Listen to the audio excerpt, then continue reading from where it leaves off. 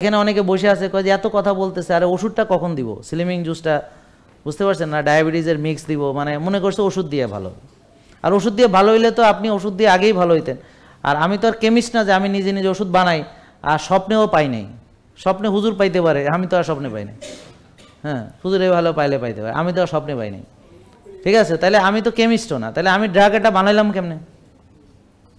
আমরা যে খাবারগুলো বলি, যেমন আমি গ্রিন টির উপকারিতা নিয়ে বলি, হলুদের উপকারিতা নিয়ে বলি, হ্যাঁ, হুয়ানো প্রো মাচার উপকারিতা নিয়ে বলি, আমরা যে খাবারগুলো আমরা খাই সেই খাবারের উপকারী দিক তুলে ধরি। যেমন দুধের সকল উপকার আছে ঘিয়ের ভিতরে, কিন্তু ঘিতে নাই ক্যাসিন আর হচ্ছে ল্যাকটোজ। তাই দুধের যে ক্যাসিন, অনেকের অ্যালার্জি হয়, ল্যাকটোজ ইনটলারেন্স হয়, তো ক্যাসিন আর ল্যাকটোজটা ঘিতে নাই, বা থাকলেও খুব মাইনিউট অ্যামাউন্টে আছে, ওটা আপনার কোনো ক্ষতির কারণ না। কিন্তু দুধ খেয়ে অনেকেই হজম করতে পারে না।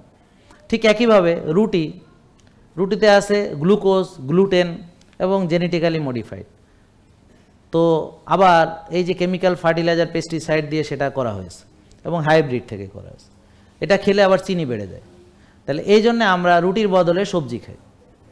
যাদের ডায়াবেটিস আছে তারা ভাত খেলে, ভাতটা সাদা ভাত, সেটা হলো আগে ভাত ছিল নন জিএমও অরিজিনাল জাত, এখন হলো হাইব্রিড জেনেটিক্যালি মডিফাইড।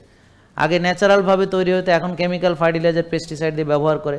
আগে ঢেকি ছেটে ফাইবারটা থাকতো, আর এখন ফাইবার টাইবার বাদ দিয়ে সব ফেলা দিয়ে এখন শুধু সাদা অংশটা থাকে, যেটা সরাসরি সুগার হিসেবে ঢুকে এবং এটা ইনফ্লামেশন করে। জেকে লাইফস্টাইল, ওষুধ মুক্ত সুস্থ জীবন।